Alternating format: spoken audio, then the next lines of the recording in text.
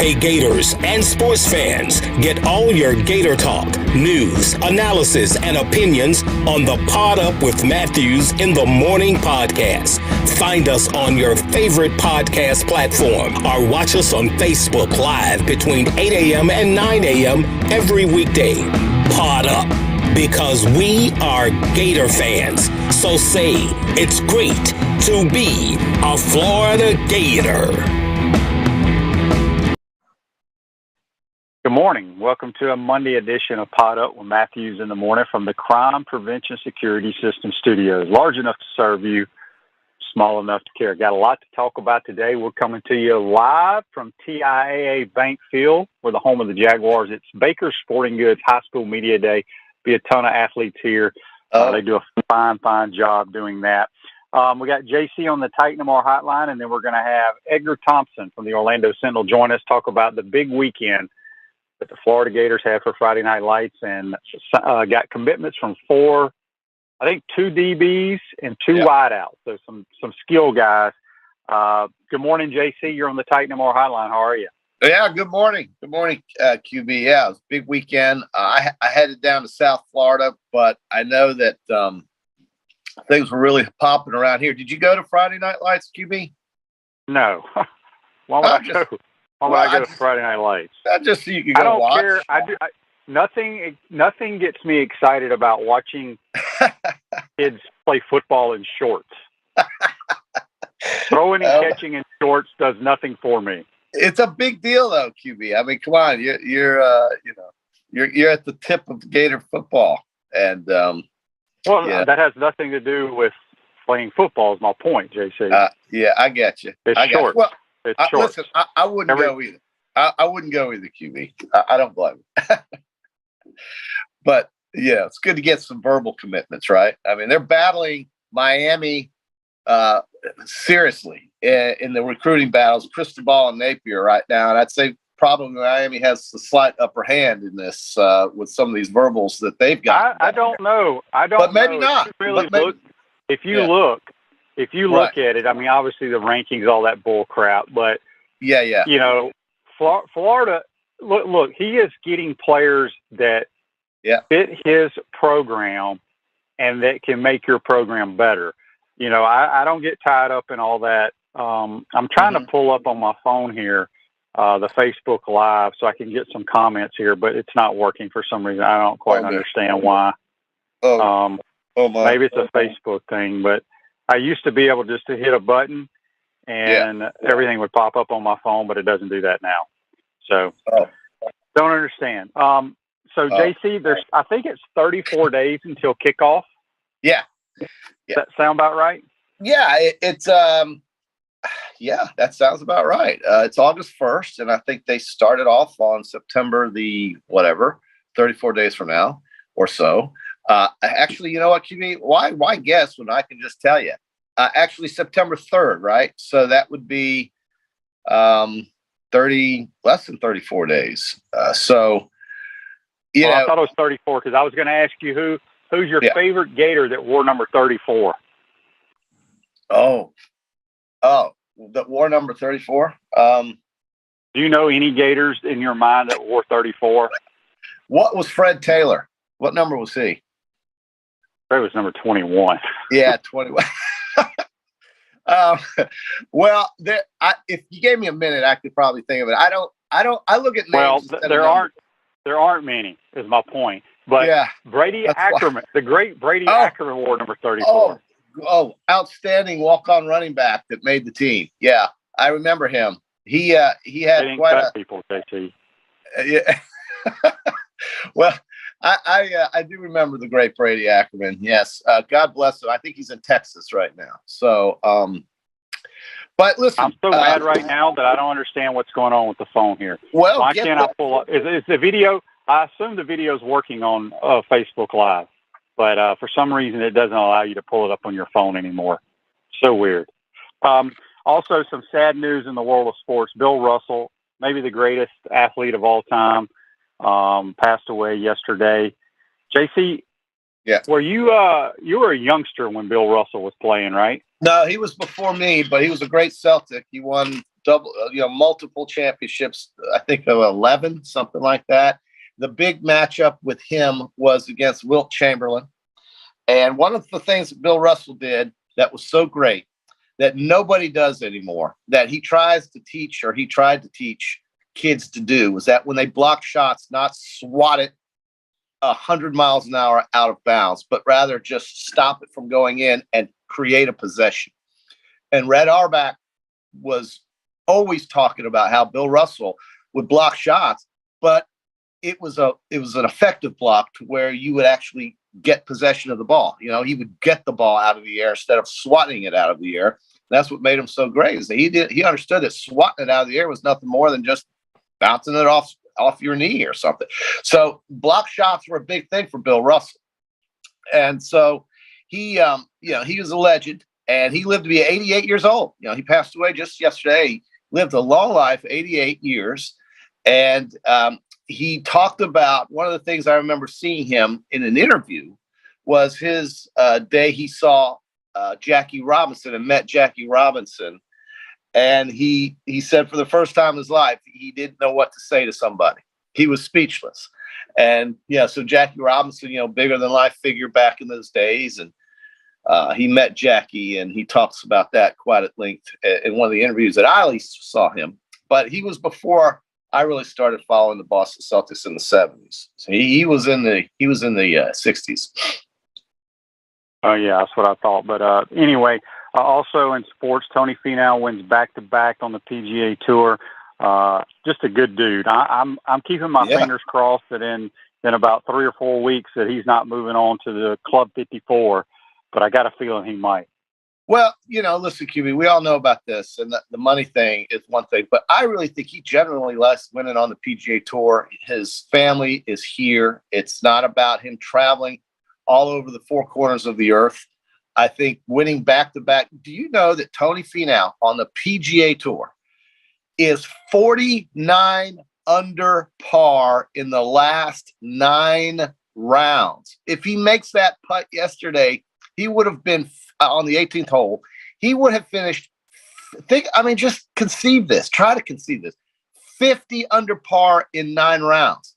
So that is basically 7 birdies per round.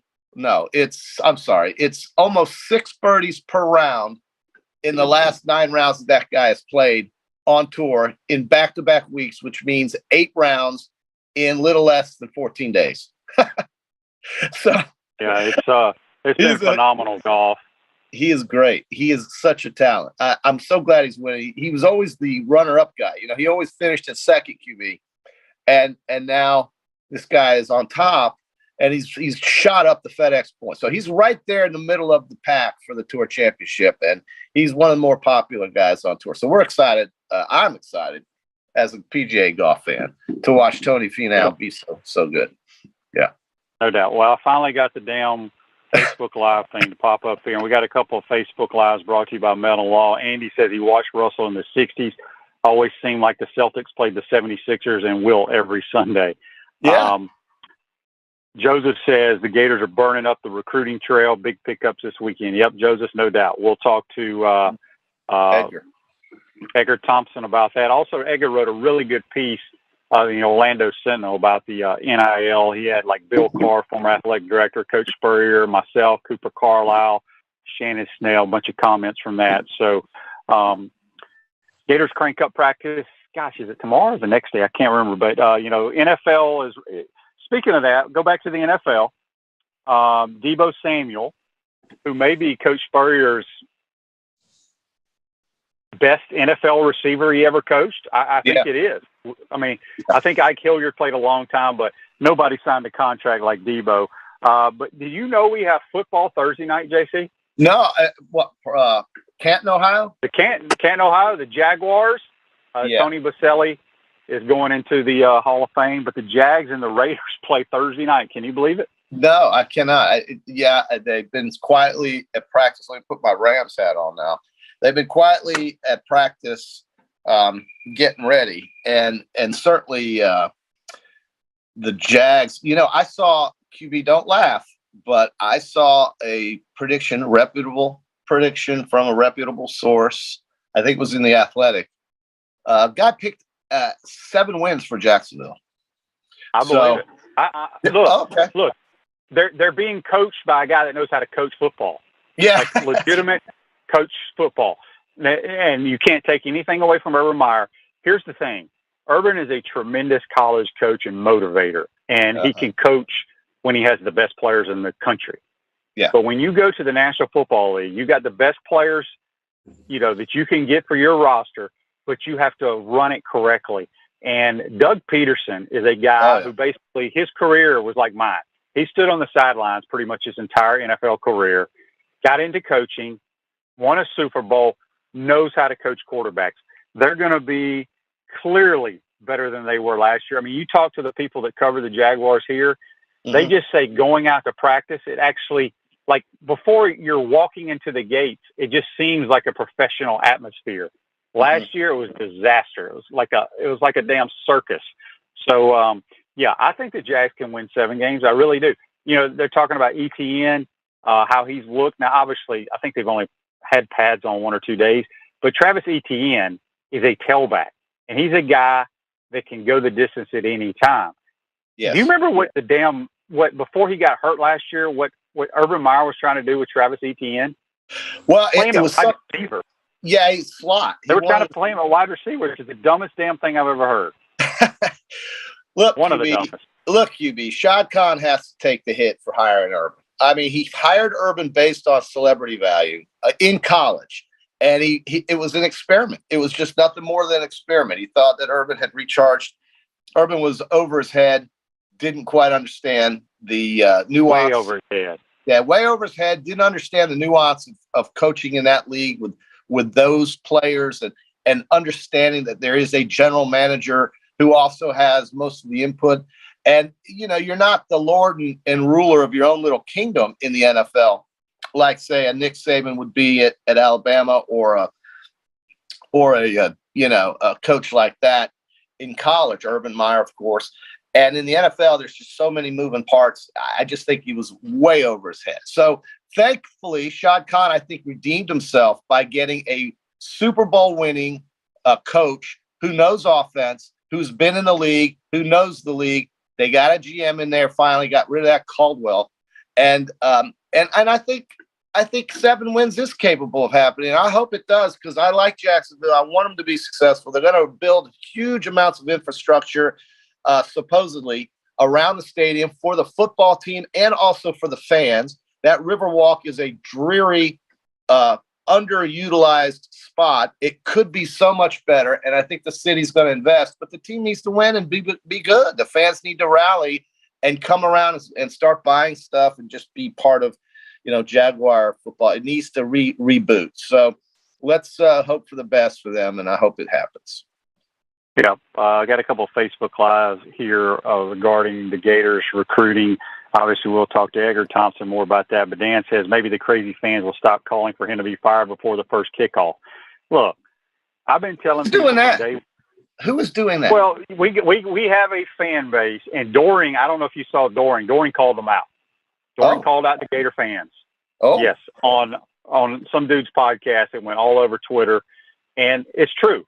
It's true, because people don't understand. People got to remember. JC, do you know what the Gators' record was last year? Yeah, 6-7. 6-7. 6-7. I can't remember the last time they had a losing record. I think it was before. When was the last time they had a losing record? I mean, Muschamp had a losing record, but anyway, my point is, Billy Napier has a plan. He is a sharp dude. He's a genuine guy. He knows how to coach football. He's got a good staff. Now, will that translate to a bunch of wins this year? I don't know. I'm not sure. But I'm telling you, in year 3, he will have a roster that when you open up the media guide, which they don't really have those anymore, but when you pull up the roster online, it's going to look like a damn SEC caliber roster. Well, and, and I want to add to that, QB, because I heard Dick Vermeil. I watched a thing on Kurt Warner, a movie about Kurt Warner last night, and they had some extra cuts with Dick Vermeil, and he said basically when new coaches come into any situation, for the most part, and for the higher percentage of time, it takes 2 to 3 years to get what that coach truly wants in his organization. And I don't know if he was speaking about high school football or pro or college, but, Dick Vermeil's a Hall of Famer, and he was not given up on when he coached in college and in the pros. And he said it's basically a 2 to 3 year project for any new coach that comes in. And those who do it in less than that time are lucky or rare. But it's about a 2 to 3 year deal before a coach can fully get what he wants in place 100% of the time, because everybody has to work together. And when you have so many people trying to accomplish the same thing, it just takes a little while to get it right and to get it to where that coach wants it. That's why you got to give these coaches a little bit more time than 1 or 2 years. Any fan who thinks that somebody's going to come in here and flip the switch, especially in the SEC, is delusional. It rarely, if ever, happens. Nick Saban was 7-6 his first year at Alabama. They had a loss to Louisiana Monroe in that first year. He also lost at LSU. And really, it just took a while. Now, coaches like Les Miles, who inherit Nick Saban's players, can probably win a little quicker at LSU. And that may have happened here as well with Dan Mullen inheriting other coaches' players. But I think you're right. I think people have to understand that the thing is not an overnight switch. And if they win 7 games or 8, he should be up for one of the coaches of the year in the SEC, something like that. I agree 100%. Are you in the market to buy or sell your home? Doreen Levy, a realtor with Caldwell Banker, Emlyn Parish, will provide you with fast, friendly, and reliable service. Call her today at 352-562-1411 to help your dreams come true. Speaking with JC, we're going to have Edgar Thompson talking Gators and NIL in the second portion. Andy asked on Facebook Live, brought to you by Mellon Law. From all accounts, Friday Night Lights and the Saturday barbecue were huge successes. Shane, were you at the barbecue? No, I was not. Andy, I don't get into recruiting. It does me no good to go to those things and to watch or anything. Ted says Dorian's call out was awesome. It was great. You got to look it up, JC. I am hilarious. I'm going to do that. But it was very, it was very true. Well, QB. Dan says, hang on. Let me read this. Dan says the time frame is shorter for these high-paying coaching jobs. Unfortunately, I'd rather give someone a chance to have some consistency with the coach. Look, here's the thing. Billy Napier ain't going nowhere. Ain't going anywhere, people, because they gave him everything he asked for, and it's going to take time. So, yes. Anyway, go ahead. What were you going to say? Well, look, QB, and not that I'm one of them, but I was around a lot of Florida players for most of my early parts of my illustrious broadcasting career. And I know guys like you and Cooper and Chris, you have a lot of pride for the school you played with. And you have a lot of, you care, you really care. And, but at the same time, you get, understandably frustrated when things don't go the way you want. And then to have, folks that are on maybe the outside looking in compound that frustration can be really irritating. And I think maybe with Chris's rant, even though I didn't hear it, but I'm going to, I think maybe he just tipped over. He finally had enough. He is on the SEC network, largely trying to be as objective as possible to cover the SEC or football in general. But deep in his heart is a love for Florida.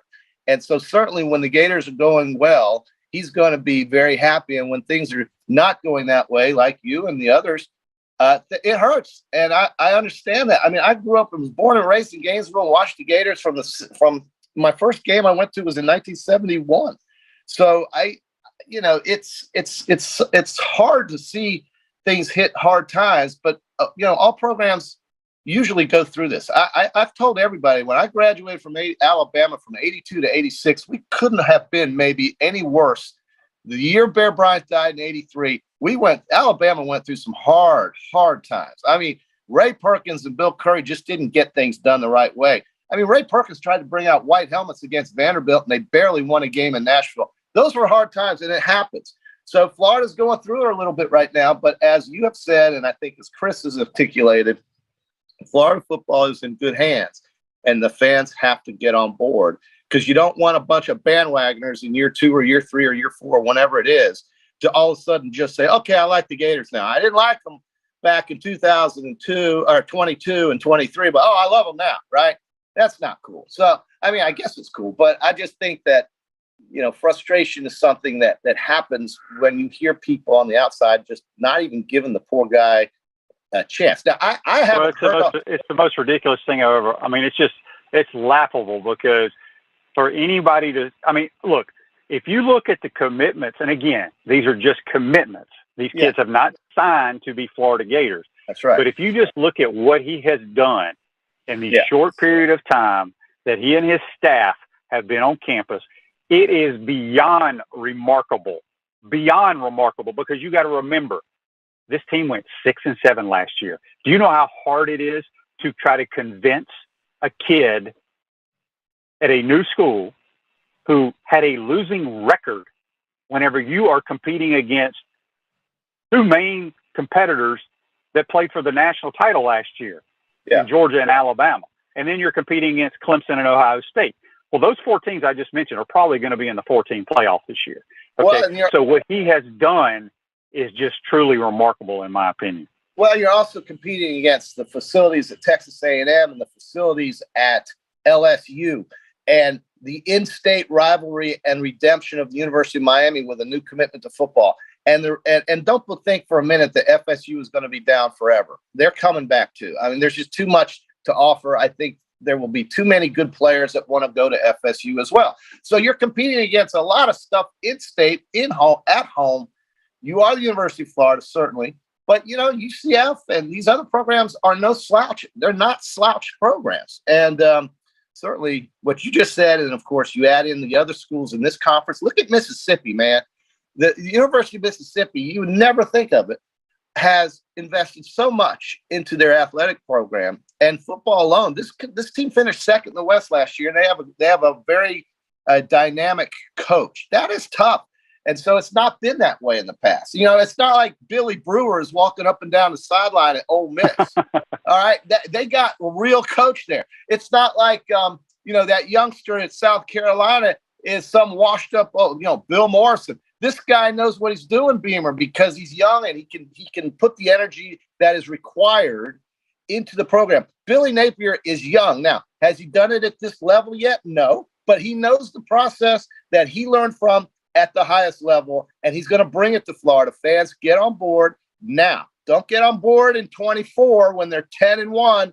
Get on board now, because that's going to make it all the better when Florida brings this thing back in the right lane. And then they will challenge Georgia, and then they can talk about that damn home and home with Georgia. They could share Jacksonville, maybe you alternate it every 3 years. Do whatever you want, but you can be able to start getting back into the Georgia world and competing with them again.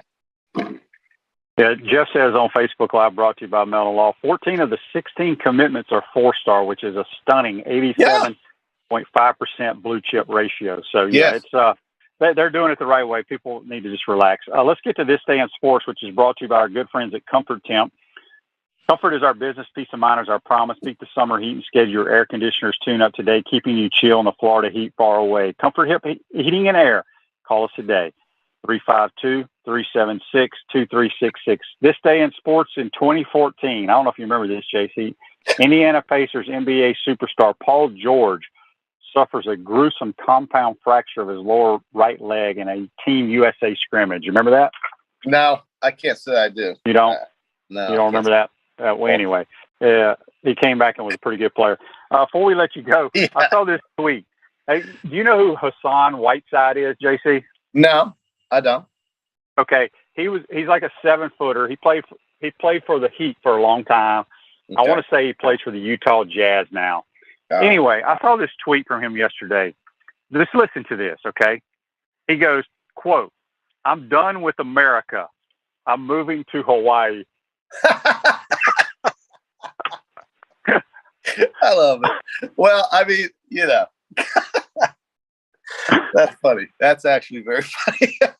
Yeah, I mean, I was like, dude, last time I checked, Hawaii's part of America. It is the 50th, I think. They added that one at the last minute, the 50th state. Kimmy, I still want to go back before you cut me. Let me go here. I still want to go back to what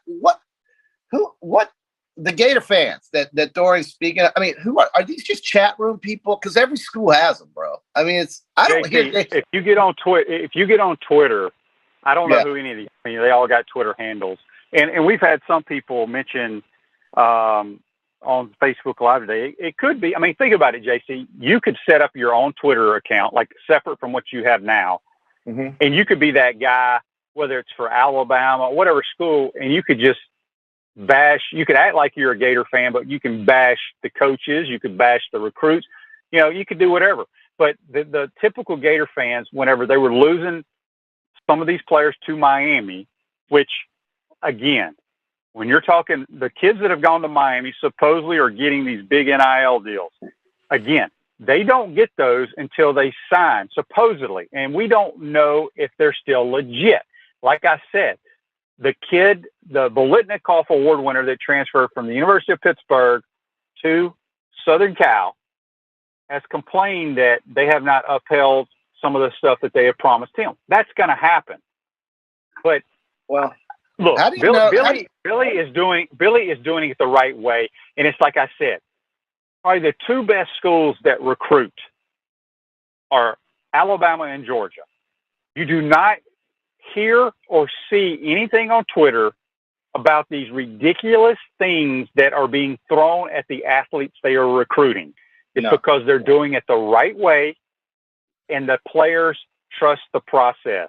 And I think parents love the demeanor of Billy Napier, and at least I do. And he's gonna be a tremendous recruiter for Florida.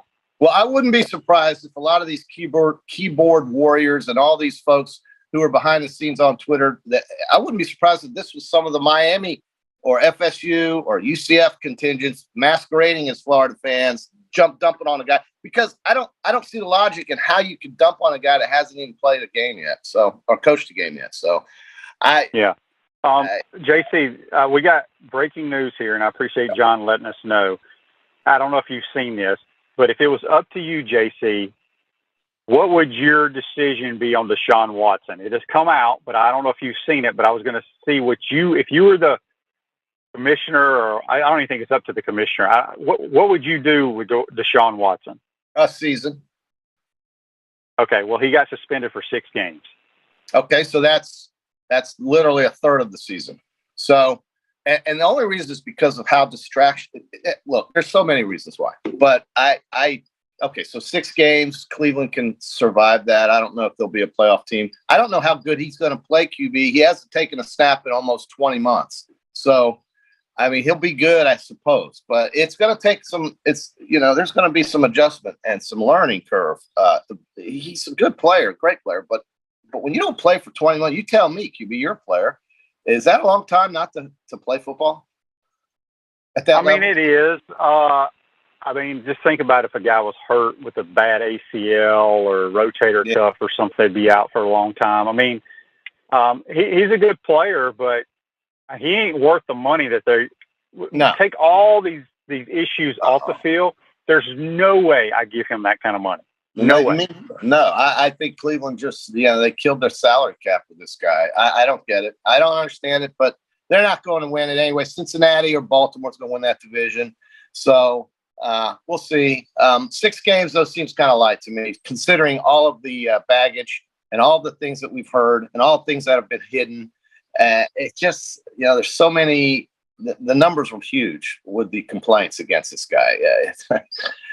He's not the kind of guy I would look at very hardly. But listen, that's what they went with. That's who they went with. Go Browns. Before we let you go, Major League Baseball trade deadline is upon us. I think, about 30 hours left in the trade deadline. Yeah. Not a whole lot of talk out there.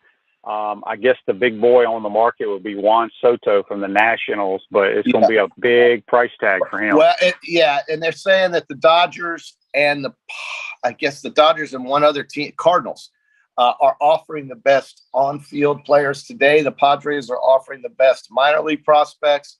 It could come down to those 3 teams. I don't know if he's a rental or if somebody's actually going to want to pay this guy $500 million. I think it's absurd and ludicrous. I don't care how good he thinks he is or how good he actually is.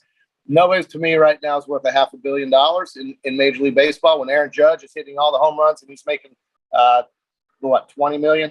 So, I don't really pay much attention to it, QB, but I think it's going to be interesting to see if who's selling and who's buying. If the Red Sox sell and just try to get better, or if they try to hang in there to get a wild card. I don't think they're going anywhere anyway. It's Houston and New York in the American League. It's the Dodgers and the Mets and maybe the Atlanta Braves in the National. You mentioned the Padres. I'm flipping through the channels the other day. They have this special uniform. Yeah. It's like fluorescent green and hot pink. It looks like something from Miami Vice. Have you seen those? Yeah, it looks awful. I hate it. Kind of like when the Red Sox brought out. What is that for? I don't know. Yesterday they were wearing Army fatigue camouflage type jerseys for some sort of tribute to the armed services. Of course, big Navy base in San Diego. But I don't know what those weird. I saw the Red Sox QB in bright. Yeah, they look like San Jose State, and it just said Boston across the shirt. I mean, it was the most gimmicky, ridiculous thing I've ever seen. I didn't even know that was the Red Sox. I thought it was a minor league exhibition game. But they were playing in Fenway, so it had to be the Red Sox. It just looked ridiculous. And I don't know why these teams do this stuff. I wouldn't buy it, that crap. I mean, if they're doing it to sell stuff, I'm not a buyer. I'm not buying it. Yeah, I saw the Dodgers. They were wearing like an all royal blue uniform, too. Yeah, Did you mention awful. that? Did you it see it? looks awful. Yeah. God, it looks awful. I don't know whose ideas this is, but look, you'll never see the Yankees outside of the grays and the pinstripes, and thank God for that. Well, you never know. You never know. All right, JC, good stuff as always. We're going to take a break, come back, talk Gator recruiting and other things with Edgar Thompson. Have a good day, my man. All right. Thanks, Shane. Have a good one. Bye. All right. On August 11th, our restaurant Spurrier's Gridiron Grill will be celebrating our 1-year anniversary, and we're inviting you to Celebration Point. Proceeds from the event will go to the Ronald McDonald House, and we'll have a spread of your favorite Spurrier dishes, as well as special guests, but you have to get a reservation. So go to spurriers.com right now and reserve your spot before it sells out. And thank you for a super first year. Go Gators. We want to take this moment to thank all our sponsors who keep the show going and pay the bills. Our premium sponsors are Crime Prevention Security Systems, large enough to serve you, small enough to care. Titan MRI, Gainesville's only locally owned and operated MRI facility. Meldon Law, the only official law firm partner of the Florida Gators. Peachland Dental, Gator Nation's first choice for dentistry in Port Charlotte. Comfort Temp, comfort is our business, peace of mind is our promise. QC Kinetics, live pain-free with QC Kinetics. Our gridiron sponsors are Auto ER, UF Bookstores, Celebration Point Town Center, Chris Doring Mortgage, Silverback Concrete Co., Ruse Ogra State Farm Insurance, Doreen Wiebe Realtor Caldwell Banker MM Parish. Our touchdown sponsors are Campus USA Credit Union, Adams Rib Company, Gator Dominoes, Celebrate Primary Care, Gator Bait Media, Okido America, Style Cuts, Ironwood Golf Course, Big Mills Cheesesteaks, MB Listing, McDonald's of Gainesville, 84 Lumber, Tropical Smoothie Cafe, Avra and Smith, Dowling Signs, Baker's Sporting Goods, Silver Cube Billiards and Sports Bar. If you are interested in promoting your business on the show, visit podupwithshane.com and click the Advertise button. Again, thank you to all the great businesses that support the show. If you like what we are doing here, make sure you follow us and support the businesses that support us. Welcome back to the Crime Prevention Security System Studios, large enough to serve you, small enough to care. Celebration Point's where the Gators go to celebrate, and there's no celebration like the 1-year anniversary celebration at Spurrier's Gridiron Grill. Join us on August 11th as we celebrate with a buffet of our best dishes, including a filet mignon carving station. Proceeds from the tickets will go to the Ronald McDonald House in North Central Florida. Make your reservations at spurriers.com. We're now going to head to the Titan MR hotline, and we're joined by our good friend of the program from the Orlando Sentinel, Edgar Thompson. Good morning, Edgar. How are you, buddy? A filet mignon carving station. Yes. That sounds indeed. pretty epic. Yep, that's where I'll be hanging out. Getting a lot of meat to eat. right? Edgar, Good. let's jump right into it. Billy Napier, four stars over the weekend. For all these Gator fans that were ready to jump off the top of Ben Hill Griffin Stadium for whatever reason, they got some momentum going right now. Yeah, there's no doubt. Thomas Goldcamp, longtime 24/7 sports writer who's moved on to other ventures, he said he follows this stuff more closely and has for years because 24/7 sports ethos is recruiting, as On3 recruiting site is too. He said he doesn't recall momentum like this in a recruiting class in a long time.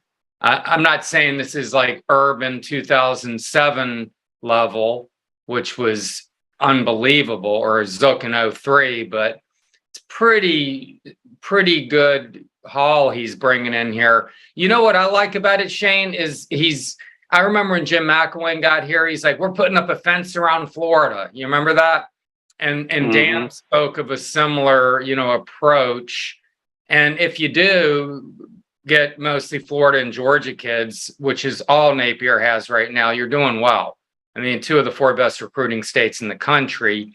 They have 4 Orlando area kids, if you include the Eustis kid, 3 in the Tampa, St. Pete, Braden area, 3 Jacksonville kids, 2 Gainesville kids, South Florida kid, Rockledge. I like it. And 2 Georgia kids. So you're really making inroads into areas like if you look at Jacksonville, I don't think, which is where you are right now, right? I don't know that Gators have done well in Jacksonville for a while. Just doesn't feel like they have. And those other areas either. Okay, but not as well as they're doing right now. So I really like that aspect of it as much as anything. If you want to dig into the names and all that, fine, but just the area that they're landing guys, I think is important. Yeah, no doubt about it. We got a couple of Facebook Lives here brought to you by Meldon Law. John asked, Edgar, were you at Friday Night Lights? What was the vibe like? I was there, high energy vibe. I mean, they packed that IPF with tons of kids. What's interesting, I observed a couple things. One, there's so many people on this staff. It's like people are just walking by, Gator staff people. I need a roster of the staff. Forget the players. Because you don't know who the players are. They're all walking around 134. I liked 134, actually. He was a kind of a chunky kid, man. He could move. D lineman. I don't know who he was, though, because you don't get a roster of all that, But I needed a roster of all the analysts and the GAs and all these people, and they have high school kids and college kids helping out too. I mean, it is an army, as Billy said he was going to put together. So that was interesting.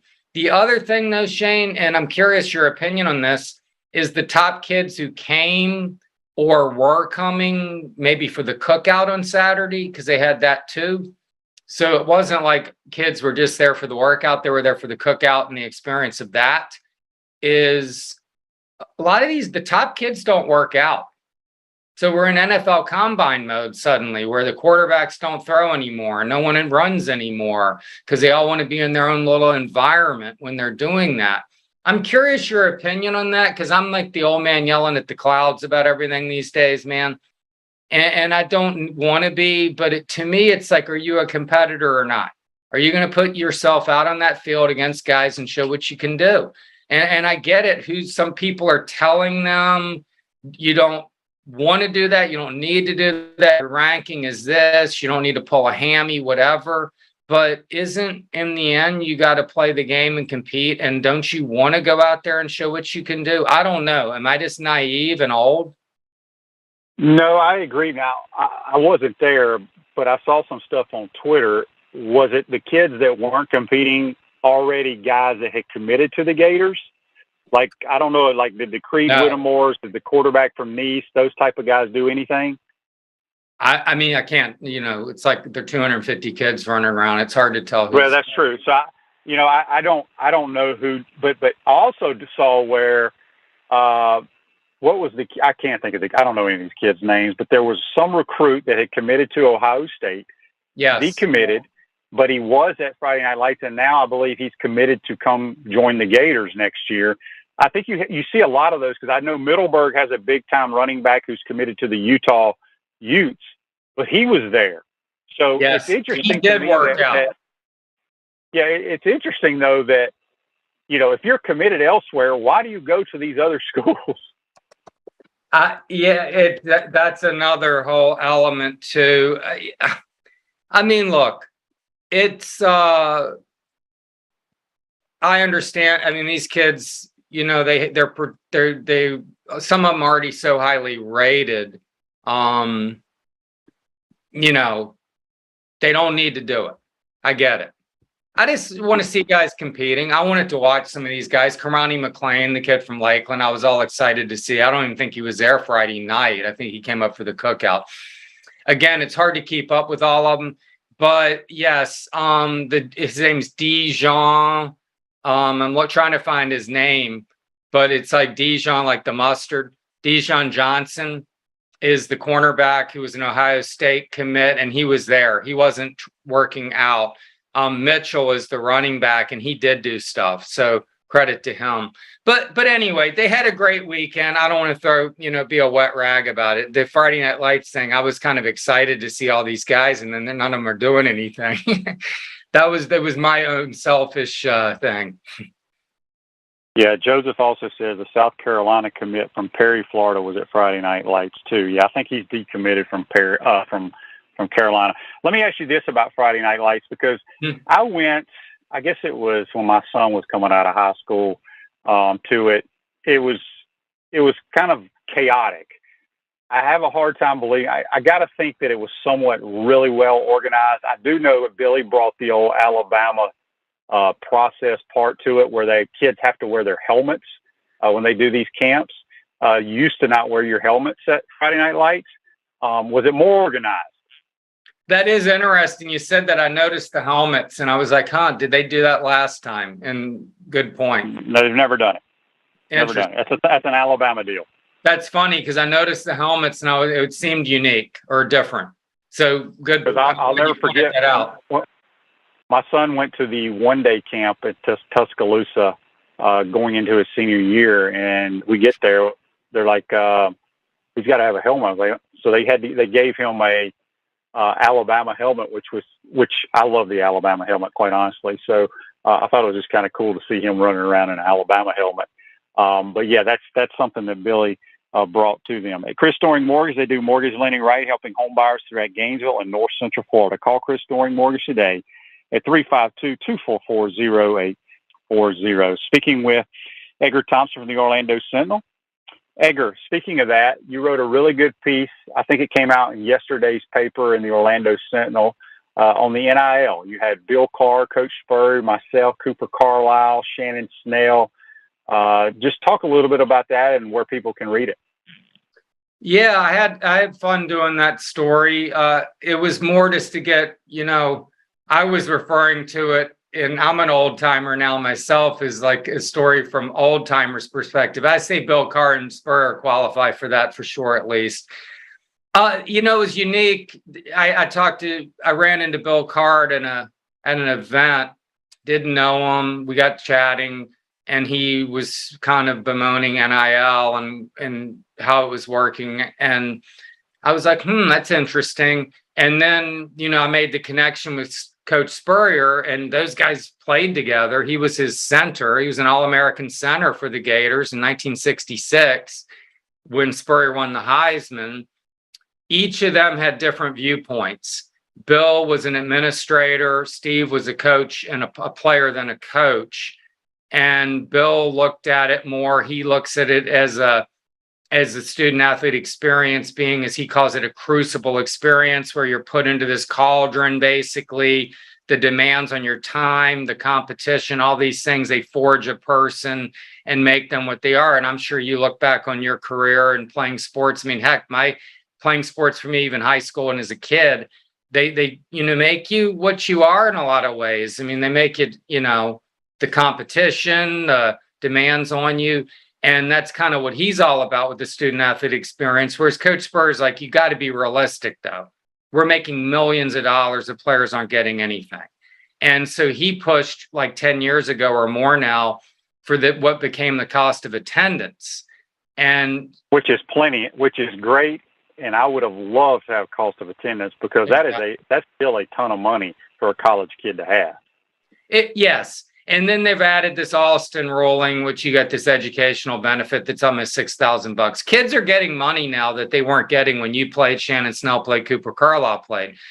Well, Bill Carr, he reflects on it and says we should have recognized when the money started getting so big because of media rights and all these things changing in the 80s, that we needed to do more. He looks at the medical aspect, lifetime medical insurance. He was in the military 2 years. He looks at that kind of paradigm. Steve looks at it like we were making so much money and they kept paying the coaches, kept building facilities. The kids still weren't getting enough. They should have kept raising the cost of attendance. So it's an interesting discussion. And then I spoke with you, with Cooper, with Shannon, more about the player experience and what it was like. And Shannon, who's always really interesting and well thought out, and he's with the Gator Collective, in fact, on the board, which which provides opportunities, NIL opportunities for kids. He helps with that. He's like, look, man, we didn't have anything. I mean, it's like you get $1,000 maybe for an entire semester. It's nickels and pennies, and the BCS was in place by the time he was playing, and so on. So people know the debate. It was discussed by some, Gator greats like yourself and Coach Spurrier and all and whatnot. And I enjoyed writing the stories and hope people get something out of them. I mean, they're on our website, of course, and I tweeted them. And Bill Carr, man, he speaks his mind. I like it. He had one great quote in the story that you read, about the dead money. He's talks because that's the stuff he's talking about. He says it gets to the point where it's just impossible to justify when there's $500 million of so-called dead money paid out in buyouts. The University of Florida has paid $35 million roughly to have Will Muschamp, Jim McElwain, and Dan Mullen and their staffs not coach. Gets to be offensive on some level, doesn't it? And his comment is like, he called it a demented scheme that allows Charlie Weiss to become the most inappropriate multimillionaire in the world. It was a great comment, right? It was a fantastic comment. So Bill is a super articulate, intelligent, interesting man, and he's eager to become involved in the conversation and dialogue about where this whole thing's headed. Because where is it headed? We don't know. Or guardrails going to be put in at some point that prevent it from being a pay-for-play thing? Because that's your big source of concern and disillusionment with this thing. It was supposed to be like opportunities for kids who were on campus, who were succeeding, producing, to get opportunities to benefit from their name, image, and likeness, not a thing where you're recruiting with it. And that's what it's become. Exactly. So yeah, it's pay to buy players, and that's not what it's intended to. And I guarantee you, coach isn't for that as well. I'm all for the guys that are on your campus and they're busting their tails for the name, image, and likeness. I'm all for that. We got a question here on Facebook Live from Scott, brought to you by Mellon Law. He says, is Bill still running his athletics consulting business? He was a mentor of mine in grad school. He is. And I think he switched over to a different business. But yes, he is. He helps people. He helps consult with prospective job candidates, help them with the navigate the interview process, be prepared. Again, extremely intelligent man, very engaged. I really enjoyed getting to know him. And that's one of the great things about this profession. I get to talk to so many interesting people who were great athletes, really astute thinkers like Bill Carr. So he's great. I encourage anyone to go read that story on him and Coach and on you and Shannon and Cooper. A lot of great insights from all five guys. Hey, Gators start practice tomorrow or Wednesday? They start Wednesday. Media days tomorrow. It's not going to be a true media day, though. They're bringing just a few players. We are getting Billy, the coordinators, the strength coach. And then practice starts Wednesday, and we get players, I think, Friday and Saturday. We'll get Anthony, I think, like Saturday. And, next they'll be in pads August 9th. Edgar, were you covering the Gators or anybody? Remember the days back in college football when there was 2 and 3 a days? Oh, yeah. Well, 2 a days. Look, there was 3 a days when my freshman year we had 3 a days, but there are no 2 a days anymore, right? I think they outlawed that. They got rid of it, and they have like built-in, time off that you have to have and stuff, and it makes it more difficult, to get your team ready. I mean, Mullen was hand-wringing about that because I think it first came in when we got here in about 18-ish, but the changes. The big change for us that makes it challenging is there's no access. I mean, we get 12 to 15 minutes at the beginning to watch, guys stretching and throwing against air, and that's it. Under Urban, Ron Zook, all that, we got to watch the entire practices. I mean, it was miserable in some days. I mean, Dan even let us in for entire practices, Muschamp, McElwain, some. I don't think we're getting any of that this year, like zero. And it's hard to tell people, I'll come on your podcast, I'm sure, in the next month. And I don't know what's going on out there. I know what they're telling me is going on. We heard Emory Jones was, playing pretty well last summer. Now, Dan did allow that Emory was kind of a hit or miss guy. You're going to get some home run plays and some inconsistency. He was honest about that. And that's certainly what we got. I didn't see a lot of home runs, but a lot of inconsistency. But if you can't see anything, it's hard to really report on the team. It's challenging, but that's the way it is, man. I mean, thank Nick Saban. I think it goes all the way back to Bill Parcells. Bill Parcells started this whole thing. It went to Belichick. It went to Saban, and here it is with anyone, who look. Urban Meyer let us in all his practices in 2005-06. They won a national title. I don't think it is really holding the enterprise back to have reporters watching practice. Last thing for you, I was thinking about this. In the National Football League, when you hire a new coach, they get a little extra training camp or OTA practices or whatever. I wonder why college football has never done that. Because I think about Billy Napier. He had a spring, but would it be great if the NCAA, which probably won't be around much longer, but if they allowed a team with a new coach to have maybe 5 to 7 more practices, maybe start a little earlier or what? Because I'm still nervous with a new coach coming in. I don't feel like we have enough practice time to get ready for Utah. I mean, it's a good idea, but they put these rules in for player safety. I'm all for player safety, but still, yeah. Look, they got so many things on their plate, man. The NCAA can't keep up. Who was? You asked me last week. Who was it that got in trouble? Oh yeah, Tennessee. With all that brazen, NCAA violations, what's going to become of that? Who knows? They got too many things going on, and they don't have the staff they used to and the resources to basically address the key issues like the NIL thing that's really kind of gotten out of control.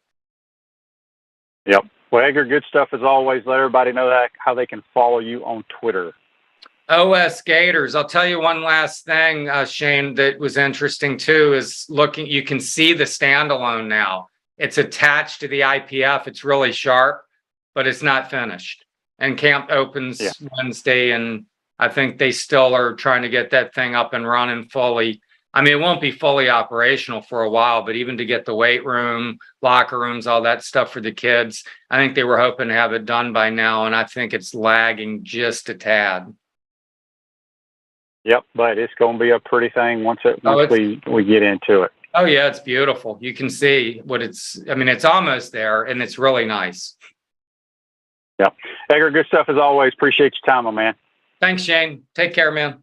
Yeah, that's Edgar Thompson. Join us on the Titan MR Hotline. That'll be it for today's program. Hope you enjoyed today's program. Tomorrow we'll have Buddy Martin.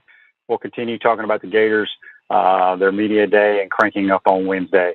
Have a great day, folks, and we'll see you tomorrow. Take care.